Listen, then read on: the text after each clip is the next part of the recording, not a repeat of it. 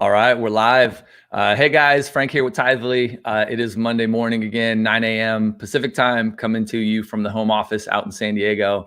And really excited about the show today. Pleasant surprise, actually. We're probably going to cover some things that we didn't originally plan on covering, but it's going to be great for what's going on in the world right now. So I am joined by Tony Manning. Tony, hey, how's it going today? Hey Frank, I'm doing well. How are you doing today? I'm doing awesome. And Tony is the executive pastor at Berean Baptist.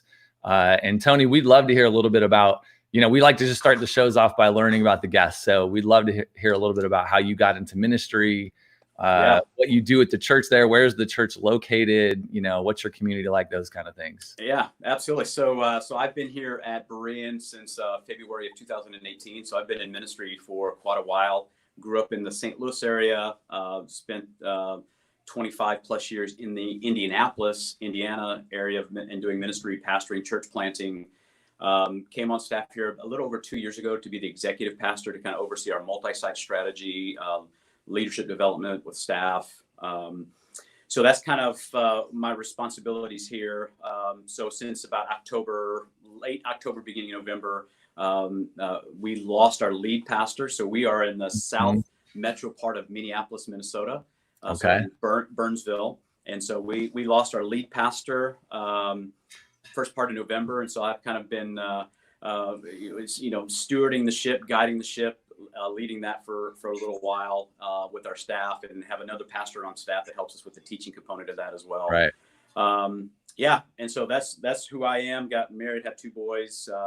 One's going to be a junior, one's going to be a 8th grader, and we have a dog, and that's who we are. Love it. Well, I have 3 boys myself, and I can hear them all in the backyard right now. I'm not sure if everyone else can hear that, but I certainly can. I get it. Man, well, we originally kind of teed the show up to talk a lot about kind of, giving during the pandemic and during the protesting and all these things. But you guys are you are right near where George Floyd was killed. Yep. I think you said you're just a few miles away. We're about 17 miles south of the epicenter of where he was killed, and where all the the protesting and rioting took place on Lake Street. So right. Yeah, so we're not too far from there. Yeah, it's it's such an intense season. At church, our church here in San Diego, obviously not that close, but there's still protesting and all kinds of stuff going on here. So the past few Sundays, the lessons have all been around, these kind of tensions that we can face in the church and outside of the church, and how the church should respond, and how we're going to listen and love and all these different things, right? So we had a great lesson on Sunday. I would love to hear, and I think our community would love to hear, how are you guys handling? How are you doing? How is the church doing? What's it like? How's the church handling this and being a part of the community during this really tough time? Yeah, well, I'd go back to the first part for us when COVID, I remember sitting with our team on, it was Friday the 13th, and listening to our governor saying, hey, we're going to do this stay in place. Mm-hmm. And so asking houses of worship, to not meet. And so obviously not knowing how long that would be. Our immediate response is that we put together a response team, a COVID response team. So that we knew that we were going to have people in our community and even in our church who were going to have some needs. So whether that meant, buying groceries, picking up groceries, delivering groceries, medications. We also knew that if people were going to be shut in, that they wouldn't have people to talk to. So we set up where people could, they can go online and ask for somebody to call them to help and have conversations with them. We started letter writing stuff. And so really during the first part of that, for us, it was like, okay, coming out of the season in which we were as a church and losing, our senior lead pastor. Right. It would be easy for us just to focus on ourselves and to wallow on what we're missing and what we don't have. But then what COVID did is it allowed us really to focus on the outside. So we set up things where people could, hey, I want to volunteer. I can help, I can give, I can serve. And so we did that instantly and just started gaining traction with people volunteering. Some people who started volunteering who had never volunteered in the church. And how are they volunteering when this is all social distancing, actually sheltering in place for a moment, right? You couldn't be with people. Yeah. So basically the volunteer part was they were volunteering to say, hey, I can pick up and deliver groceries to those who can't get out. Yep. Hey, I can do the same thing with medications. I could be, if somebody needs somebody to talk to, I would love to, just call somebody on the phone to talk to them and touch base with them. Yeah. I would love to be a person that could, pray with somebody, just to have those connections. Cause we realized that, even from a demographic standpoint, that we had some people who were living in assisted living or retirement center villages that people weren't allowed to come in and out. So families couldn't go in to even visit, moms and dads, grandmas and grandpas. So we did that immediately. Even letter writing, we started partnering with some local to start writing letters and cards. So that's the volunteer part of that we had of what that would look like. And so we had people who volunteered to do that right off the bat. And like I said, people who hadn't even volunteered in the church before were signing up to volunteer in that season. And then on the giving part too, we said the thing, I can give. And so we just started seeing money come in that would go specifically to COVID, so we could help pay for groceries or help pay for assistance. And I think today, outside of our normal giving, I think we've probably collected $65,000 to $67,000 specifically for COVID needs. And so our church responded well to that during that season. So then you roll into what we experienced Memorial Day here in the Twin Cities area. And so we, just being focused on the outside and helping people. One of our local ministry partners, Urban Venture, which is literally right off of Lake Street, where in the epicenter of everything that was going on with the protests and the riots, and hundreds of businesses, destroyed, and community grocery stores, gas stations, pharmacies destroyed. And so Urban Ventures that said, hey, here's what we're doing is we're converting our gym into a temporary pantry. And here are some things that we could do. And so we immediately jumped on that, say, hey, we want to support you, partner with you. And so we started last week. We collected some of their other essentials like, baby food, diapers, wipes, cleaning detergents, and all that sort of stuff. And our church responded. We took a whole trailer and van load of stuff down. Wow. We gave them $5,000 to help supplement some things that they didn't have. And then next week we'll do the food items. We'll collect food items specifically for them. And so we have the COVID stuff that's, still going on. That's kind of been like, with everything that's been happening since May, it's kind of like, in the background, but we know that there's still needs there. People are, some of our local companies just, had their first round of layoffs last week. And so we know that there's going to be another impact of that. So all that has just happened all at once for us. And so because of how we responded, I think pretty quickly to COVID, it's allowed us then to pivot to help specifically with the racial tension that we're feeling right here in the Twin Cities, and that our country is feeling and the globe is feeling. And so we've been able just to pivot that and to help very specifically with some of those immediate needs that they have. Yeah. Man, it's like a lot. It's like we can go COVID, we can go. So, but like, let's just stick on, like, how are you walking the church through? Like, what's the makeup of the church? What's kind of the demographics? Just so that the audience understands, what kind of church you're helping go through this season. Yeah. So, we're in Burnsville. So, like I said, just south of the river, south metro area of Minneapolis. Demographic church-wise, predominantly Caucasian, of European descent, Norwegian descent. We do have some ethnicity in our church, but it's not predominant. And so one of the things that we started looking through a couple of months ago, 6-8 weeks ago, is what does our summer preaching series look like? And so we're actually going through the book of James. And so one of the things that we've just been walking through and talking through immediately is like, hey, James talks about, hey, we need to be quick to listen and slow to speak and slow to be angry.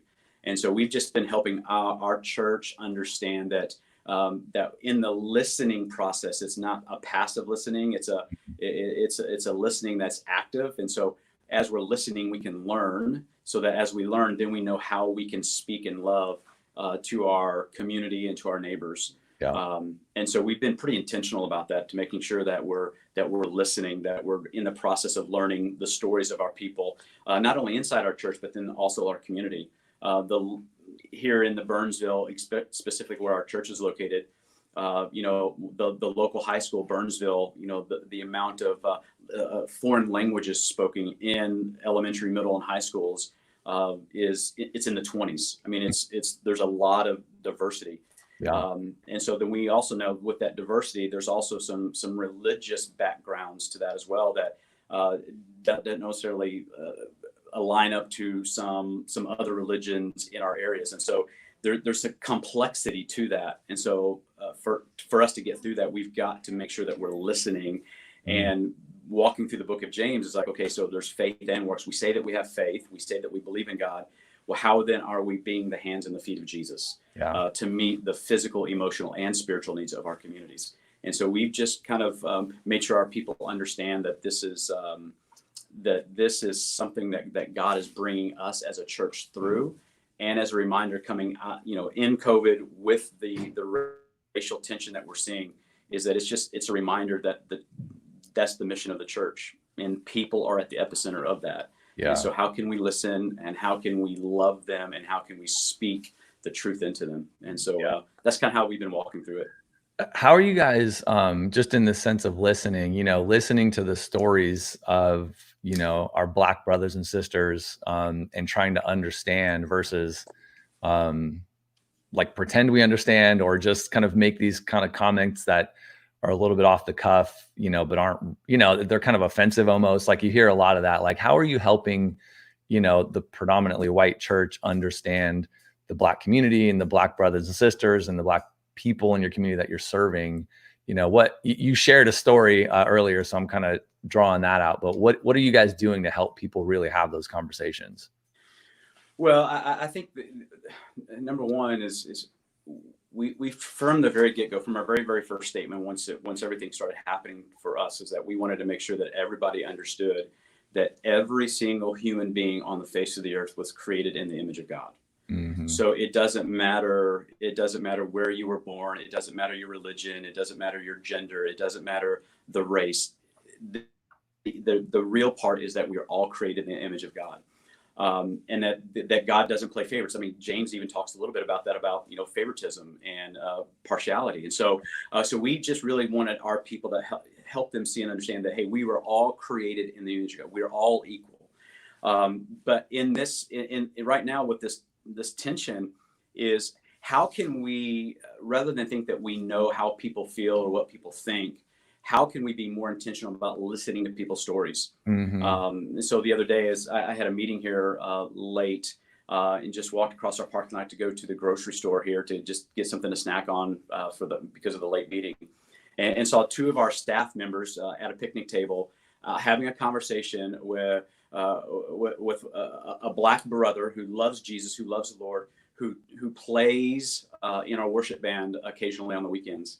And it was just so encouraging because their response was that, hey, we just didn't want to take him being here for granted. We wanted to know how he was feeling and what he was thinking, and how we could listen to his story, so that we just didn't assume that he was okay because he was here playing on the weekends. Right. And so that's the type of the conversations that, hey, we just need to be able to listen to people, because if we can listen, kind of the analogy that I've been using with our staff and with our people is, God gave us 2 ears and 1 mouth. Maybe we need to listen twice as much as we speak.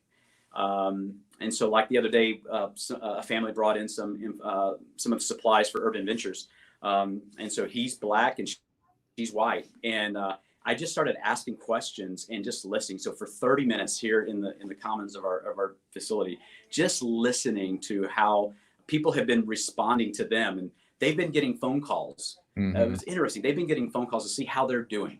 Yeah. And one felt so guilty about not really understanding the situation, that he actually had to go visit them in their house just to comfort them, so that they could understand that, hey, they're brothers and sisters in Christ, and that we're going to get through this. Right. And for 30 minutes, I just listened to them share their stories about how they've been helping their family and their neighbors walk through the midst of this. And it was so encouraging. And literally, I asked like 2 questions, and the rest of the time I just listened. And I was so encouraged, and I got so much insight from listening for 30 minutes. Now I can specifically how I can pray for that family and their ministry in their community. But yet knowing that there's so many people in our communities, in our churches, that their stories are so incredible. If we would just take the time to listen, to see where they're hurting, to see their anxiousness, to see their fear, that it would do us really, really good to listen more. And so that's kind of what we've been trying to help our people understand. Yeah. No, I love that. Love that. I mean, it's a pretty amazing time. We're all going to look back at 2020. It's probably going to go down in the history books for lots of reasons. Oh, for yeah, 19, absolutely. for George Floyd and many others, and for the change that is very likely going to happen through all of this. Yeah. And it's really interesting to see how, the church around the world, but certainly in the US is responding, and how individual local churches are addressing all of this. And yeah, just appreciate, I think, listening, loving people, seeing how we can put ourselves in their shoes, is the right, at least a step in the right direction. Yeah, absolutely. So I guess going back to COVID, are you guys meeting back in the building? Yeah, so we did a kind of a dry run service this past Saturday night. So we generally would have one Saturday night service, and then 4 services on Sunday morning. Yeah. And then we have our multi-site campus that meets that we haven't been able to meet, obviously, for it'll be going on 15 weeks. We haven't met for 15 weeks in person. And so we've been doing the videotape, we've been doing all that, putting everything online. So this past weekend, we invited our staff and their families, our volunteers through phase 1 and their families, to come be a part of the Saturday night service, so we can walk them through the registration process, how to get people in and out of the doors. Yeah. And so we will actually open up to our entire church next weekend, over Father's Day weekend. Really? So so it was so we've been working through that last Saturday. There's it was very, very emotional, because people literally, when we were seeing them for the first time, going through the training, and then Saturday night, I was like, oh, you're a real person. You're not, this is the real pastor. This is not the virtual pastor. Right. And so then to get into a room where you can hear their voices and you can see them raising their hands, it was just a really emotional evening for us, just to be able to gather again. Yeah. Yeah. It's I mean, there's also something to all of this, right? As we're all going through all kinds of different feelings and emotions, and, the good, the bad, and the ugly during COVID, and, the protests and everything else that's going on. And we can't meet in person, right? Like you can't, right? Like the church can't come together in person and work through things that way. So it's a whole nother dynamic to working through all this stuff. And what people are, right, like all the things about mental health and the increase in people suffering in that way because they're alone, right? So it's I mean, coming back together, I'm sure, is going to be a pretty awesome morning. So it's this weekend, this coming Sunday. This coming Sunday. So we'll do our Saturday evening service at 5, and then we've tweaked our Sunday morning services so that we can get people in and out. But so we'll start that this weekend. So it'll be good to be able to see and hear people. And everybody's coming, or are you limiting size? Are you keeping? We've been watching and reading lots of different trends from around the country. When churches are reopening and what that looks like. And, a lot of churches are seeing that 30 to 35% of their people coming back. So, we have some space limitations that we've been asked to go by, some guidelines. And so we've put those in place. So, it'd be interesting to see how many do show up this weekend. Right. But at the same time, we want people to feel comfortable. Like I just got a message this morning that said, well, I wish I felt more comfortable to come. And that's okay. We've got to make sure, I think one of the things that we've got to make sure as pastors, as we're working through this and reopening, is that we don't make those who don't feel comfortable coming back, that we don't make them feel less of a part of the body just because they don't feel comfortable coming back. Right. Love that. And so, we'll continue to do the both and hybrid. We'll continue to have live services, but then also continue to put our stuff online for our church to be able to participate in. So, so we're about we were allowed to open up 2 weeks ago, but we wanted to fine tune our processes and then also learn from some of our other friends in ministry and churches of how things were going and what to do and things that worked and didn't work. And so we may see a little bit of an uptick because of that, because we've waited a couple weeks extra, but it's really hard to tell, just because there's both ends of the spectrum. Those who are, why in the world did you ever close in the first place? And then the other side is like, why in the world are you opening? And so we're just trying to, balance between the two of those. Right. And you get stuck, you and the leadership team get stuck with making the call. Absolutely. Has to please everybody. Oh, yeah. Yeah. Well, that's what I was trying to tell our volunteers who, we're going to be a part of phase one, and talking about, well, why can't you do this? And I'm like, well, I could, but then would you just want me to forward you the emails so that you can answer those emails? I said, because I already get these emails about we're not doing this or we're not doing that. And so, but it's been from a leadership perspective, you're never going to make everybody happy anyway. So regardless if it was pre-COVID or no COVID or whatever, you're not going to make 100% of the people happy. And so you just got to do what God is leading you to do, and making sure that you put some precautions in to help people feel safe and to take things seriously, but then also understand that there's that we have people that are just longing to, we have people that are just longing to be together, right? Just longing to see each other. And so when we finished one of our trainings, people were outside and leaving, but they were in pods of people just talking. And so jokingly, I told one of our other pastors, like, we may have to tell them to go home. Right. I mean, we may have to tell them to go home, because they were seeing people for the very first time in person in a church setting for 4 months. Right. And so, yeah. Craving. So, have you guys seen, craving. Have you seen a dip in online attendance? Like, Yes. How did that kind of trend? Because I've sort of heard a very similar thing.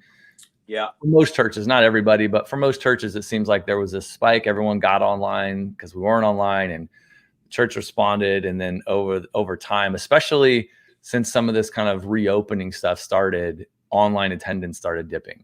What's it been like?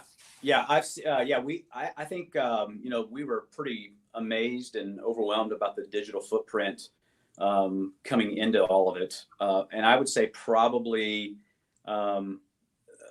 the week after Easter is when we started seeing the online interaction decreasing. That's probably Easter was probably the height, and then we started seeing the decline on the other side of that. So yeah, we've seen that for sure. Yeah, it's really interesting. I mean, I think it just tied into like people want to be in person. Yeah, and online starts to wear on you a little bit. It's not the same. And not only that, but it's but if you're working from home, and most of the stuff you're doing is video as well, so you're spending most of your time on a computer or in front of a TV all day. This is what I do all day. That's all you're doing. Yep. And so then you have church and small groups and stuff that we've been able to do with that as well. Yeah. You get fatigued from that, and you just need to have personal interaction. And I get that. Yeah. 100%. Well, let's jump into the kind of giving and generosity side. I think it's an interesting, you've mentioned a couple things about kind of COVID giving and how the church responded to the death of George Floyd and the protests and serving the community. But it's, I think from what I've seen in our church and conversations with leadership, it's a tricky thing to do now. Talking about financial giving, how have you handled understanding kind of the needs of the community, and, just talk us through what it's been like for you. I think the first weekend, we just had to rush into stuff, and online giving, we have online giving obviously, and it's done well. It's helped us considerably. So I can't imagine even going into COVID without having online giving. Right. And I know that once COVID started, and I know that, just reading and watching things, how many churches literally had to pivot, and then also, come to a tithing and say, hey, we've got to set something up like right now. And so I'm thankful that we'd already been a part of that for, probably a good year and a half that we were already doing that. So that first weekend we saw, like a significant dip. But then what happened is that people then started mailing in their contributions. So over the course of the next 4 days, we started seeing those who were normally giving on the weekends then mail in their contributions. Gotcha. And so then we just kind of revamped and say, hey, these are ways that you can give, so you don't have to worry about coming to the church or doing this or whatever.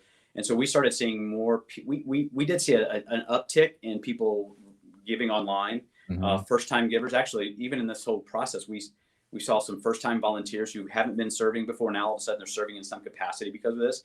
Yeah. But then also some first-time givers that started giving through all this.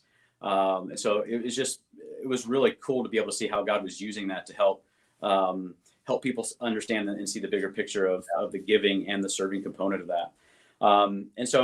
But for the most part, from the time up until now, our giving has, consistently stayed right around the same marks that we were about a year ago.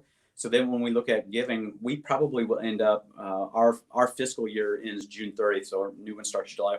So we're probably going to end up the year probably 3 to 4, maybe 5% more than we were last year. Wow. And that's coming out of, a difficult season for our church and losing our lead pastor, and then straight into COVID. We're still trending to that 3 to 5% more than we did last year. Yeah. So we're thankful for that. And then on the COVID side, like we said, we've probably have raised $66,000 for COVID related items, so that we can meet needs. One of the things that we did, we found out there were some farmers that had pigs, right? This is a crazy story, Frank. They were going to lose all of these pigs. And so we found out about that. And so we ended up buying pigs from the farmers to have processed. The processor worked with us on a price. So we purchased like 7,600 pounds of processed pork, so that we then can do, actually we pick it up this week, that we then will donate to first responders, essential workers, and to the needs of our community, and to Urban Ventures to help meet some of the needs on Lake Street. Wow. And that is all paid for because people gave to COVID. And once they found out what we were doing, they gave more. And then we had people who bought pigs and donated pigs for us to do that. And so just an incredible opportunity for us in a very practical, it's not, Frank, I talk about this all the time. When I went to seminary, we didn't talk about, how to walk through leadership failure, how to survive a pandemic, and to go through racial tension all within the matter of 10 months. Right. And how to deal with pig farmers. None of that was taught in my seminary classes. Totally. And, but again, it's just how God has blessed us, and our people see the bigger picture, and they've just been able to give financially to make sure that people in our church and in our communities receive the physical and emotional and spiritual needs that they have. Yeah. And you mentioned a number of new, brand new first time givers. And, I think when you have things like the COVID relief fund, and you're supporting, someone in the church, and you're buying pigs, and it's turning into this thing, like you give them this new opportunity that isn't just my regular giving because of my relationship with God and wanting to support the church. It's not that, but now there's this extra thing that certain people are going to feel really called by. And so then all of a sudden, I think that makes a difference with the new givers on cue. I think one of your boys came in. There's a child. Yes. Yeah. I think, Frank, the other part of that for us is coming through these seasons that, you have to be aware of, giving fatigue. Right. Because you have, obviously your normal church stuff, but then you have COVID come up, and then you also have people, hey, how can we help the Urban Ventures, or how can we help people in the community that need to help rebuild? And so I think that walking through that, it's more than just, hitting a button and giving a certain amount of money, but it's a discipleship process of helping people understand why we give. And not just because, hey, well, these people need it, but because God could use anybody else to be able to meet the needs. But God is using us and growing us individually and as a church it's a discipleship issue. We've been given so much, so then how can we make sure that we're just freely giving that away? And so that's kind of been the angle that we've approached, as well as helping people understand why we do what we do with that, rather than just say, hey, hit the button because we need money. Right. Yeah. And I think having these great stories that are local and even tied to, members of the church is a great way for people to kind of feel and see that experience of their giving, kind of see, it's just a different side of giving, seeing how my money is actually in the church tied together, doing something in the community. It's a really cool dynamic that, some churches do, probably a lot of churches, but not every church does that kind of thing really well, serving their community with their giving. And that's why we've made sure that, as people have been donating stuff, or, we had a team take all that, the essential items that Urban Venture needed on Friday. and we just took a couple pictures just so that people could see, Yeah. hey, when you donated this is exactly where it goes, and this is Right. exactly what it's going to. And so it's not just into some account, it's not just into, a trailer beat, but this is exactly where it's going and how it's having its impact. Because I think that's when you get to the giving part and you go with what Paul's talking about in 2 Corinthians, and God loves a cheerful, generous giver. And so you talk about, you reap what you sow. And so it is encouraging to be able to share the stories, the narratives behind that, so that people are encouraged to see how their faithfulness, obedience is growing something. And Right. And so we just try to make sure that we help our people understand that as we continue to move forward. And how are you guys being, having empathy, being aware of, there's also probably financial hardship happening to members of your church, right? I forget how big your church is. I know it's a pretty good size. So, there's some people you're talking about giving and they can't give. So how are you guys talking about it in that sense, and showing, empathy towards those who are experiencing hardship right now? Yeah. So number one, we try to make sure that it's a discipleship issue. So it's not a legalistic, like you need to be giving this amount or this amount. Right. We've had stories of, boys and girls within our church who, ask mom and dad if they can give the money in their piggy bank because they wanted to help somebody. And so Right. that those have been good. But then also, as we've been walking through the COVID and people giving specifically that fund, one of the things I was pretty sure that I wanted our team to understand is that when that resources came in, that those resources couldn't just go all the way back out into the community, that we depleted that fund, because at the very beginning of COVID, there were going to be some immediate needs. But then as COVID continues to linger and go on, that we know that we're going to have people within our body that are going to be losing their jobs. Yep. That they're going to be displaced with some things. And so how then can we make sure that the funds that we have, not only in the COVID, but then also on our benevolence side, how can we help those within our church meet their basic needs and make sure that they're not going without, just because we're so focused on the outside that we forget about the faith family, the body. Right. And so our church has, done a good job. We've done a good job with that. But then also, just from a benevolence standpoint, our church has been extremely generous when it comes to the benevolent side. Yeah. I think this year, when it comes to benevolence inside and outside our church, we'll probably have given close to $290, close to $300,000 in benevolence to people in our community or inside our church who have some needs. So that's built into who we are as part of our DNA. And so it's not surprising that many people responded to the COVID response to giving, because our church has just been a really generous giving church. And so we just make sure that even with the COVID, that we're not forgetting about the people on the inside of our church that have those needs as well. Right. Because we're just now starting to see maybe some of the layoffs and some of the job losses that, because of COVID, has been extended. We're going to start seeing more of that within inside the church. Yeah. The longer term effects haven't hit, they haven't. Keep coming. They haven't. Yeah. And that's not even talking about, the mental health side of things that we're going to start seeing more of people, because they've been, cut off from the outside world, and they haven't had that communion or connection. And so now they need people to talk with and talk to. And so how can we help them professionally get some help that they need in that season? So, yeah. I mean, it's a big deal and a whole nother topic. I think we can go into. Absolutely. On the giving side, do you guys talk about giving every week in your sort of live stream services, or however you're doing church online? Yeah, so we have a spot every week, what we call our host spot. We kind of give a couple of the main key announcements and reminding people how they can be connected. But we always, in every single service, remind people of ways that they can give. Obviously, we're not collecting anything now. We have offering boxes that we'll put up as people come back in, but really trying to direct them more towards the online giving. But we remind them all the time of our website and our app that they can give to and through. So that's mentioned every week.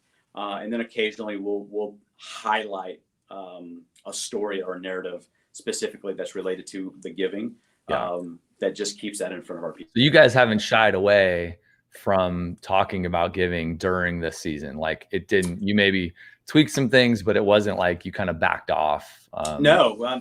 I mean, it's even not being able to meet here. We still give people an opportunity We mention it every week. Hey, we want to be able to give back to God a portion of what He's given to us. I mean, that's the language, right, that we kind of use. And so it's like, even like if they're meeting in their homes, we don't want them to miss the opportunity to give back. And so we know that that's probably done on a Tuesday or Wednesday through an app, or it's set up for reoccurring giving. But we mention that every single week because we've been given so much. We want to make sure that we're giving back to God to be able to use into our communities, the South Metro and beyond. So we haven't backed away from that. Yeah. What do you think is going to happen when church is back this weekend on the giving side? I mean, being the executive pastor, I imagine you pay close attention to the finances. So in terms of what percentage of giving is digital now versus still kind of an offline, like a cash and check, and what do you think is going to happen? What's your prediction on what will happen once people go back? Yeah, I think we will continue to encourage the online option, just because I think number one, if something were to happen where we can't meet again for a while, or being in Minnesota, anywhere from November to April, we could get like the blizzard of all blizzards, right? We had to not have church or whatever. And so we want to continue to help people and see the bigger picture that actually helps us as a church moving forward if they were to do that online. Right. And so I don't know our overall percentage. I'd say it's probably maybe a tick over half of our people. Maybe as close to 60% of our people give online. Mm-hmm. But some we know that they don't. Technology and the internet isn't necessarily where they have a lot of trust or faith in, and so we get that. So we're still trying to figure out how we can encourage that moving forward. It actually helps us as a church and helps them. Especially the older demographic who either on the summers here in Minnesota, they'll go to their cabins for a long extended period of time, or they'll go to Arizona over the winter, or Florida over the winter. And so how can they still continue to be a part of that, where they don't have to mail in something, or hey, I'll settle up when we get back. But so we're just trying to help them and educate them on how it helps us moving forward, on the day-to-day, week-to-week basis, if they were just to engage online. Right. Yeah, it makes sense. And yeah, you guys have the seasons and everything going on out there. So. Oh yeah, man, I'm telling you, it's with COVID, happening, and the stay in place happening in the first part of March. Man, if that would have happened like in November, December, where we had to stay inside with all the weather and everything, you couldn't go outside to walk. Like, I didn't know that people where I live in Lakeville, I didn't know that many people in Lakeville had dogs. And so you see everybody walking dogs. So I can't imagine that we would have to go through those months where we couldn't get outside to do anything. Like at all. Right. I'm grateful that it's been the weather that we've had, the season that we've had it. I've been grateful for that. Yeah. The family walks, the dog walks, I'm going to go ride my bike, like all of that stuff, you see a massive increase just in general. Like, people like, anything I can do to get outside and not be around people but still be outside, like, I'm gonna go do it. Yeah, and I'm an extrovert. I have ADHD, and so I need to be around people, right? That's where I get some energy from. And so but it's been interesting, is because all of a sudden you look at people's grass and flower beds, and it's like everybody's got a green thumb now. I mean, everybody's places look great. Dogs love us, right? Yeah. Because all of a sudden they're getting 2 to 3 walks a day, and they bicycle industry. It is hard to find a bicycle in any retail store in the South Metro area. Wow. They're out. You have to order it online and have it shipped to the store to have them put it together, because there aren't bikes in the stores. Everybody has bought bikes. Everyone's riding bikes now. And so it's incredible, but more people are outside, and you're having more conversations and getting to know your neighbors more during the season. So there's a lot of good things that have come out of these seasons to be thankful for. Yeah. Well, we're all learning a lot. God's teaching us lessons, and I think we're going to grow a ton in 2020. Absolutely. Man, well, Tony, this has been great. I appreciate you taking some time. It's great just to hear how you guys yourself are kind of going through all of these things and serving the community and learning and growing. man, prayers with all of you. Appreciate that, Frank. with the family, with the church there. And where should folks go to check you guys out, see how you guys? So they can go to our website. It's bereanmn.com. So bereanmn.com. So that's our website. Okay. So that's where you can watch services. If you want to partner with us for COVID and things that we're doing with, South Minneapolis and everything that's going on, and we'd love to, and obviously go there, and we'd love to be able to have other conversations if people wanted to get a hold of us to, hey, how are you doing this? Or why are you doing this? We'd love to be able to be a resource for people as walking through that themselves. Yeah, absolutely.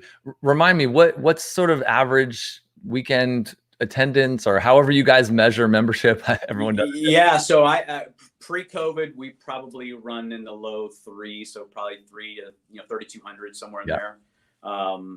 So it'll be interesting to see what those numbers look like once we get back. And then first part of COVID online, you were doing about 30,000 people were coming to church. I'm sure. Yeah. I mean, it was crazy. Yeah, it was crazy the amount of people that were streaming stuff online. It was incredible. Yeah. It's wild. Yeah. Well, cool. Super appreciate you coming on. And if you're watching live, we appreciate you guys. Give the show a like. If you're on YouTube, we'd love for you to subscribe. Obviously, as you know, if you've come to a few of these, we've been giving away AirPods. So we will pick one lucky winner, and we announce those in the email. So make sure you're on the email newsletter, and we'll be back next week, Monday morning, 9 a.m. Pacific time. Appreciate you guys. Have a good one.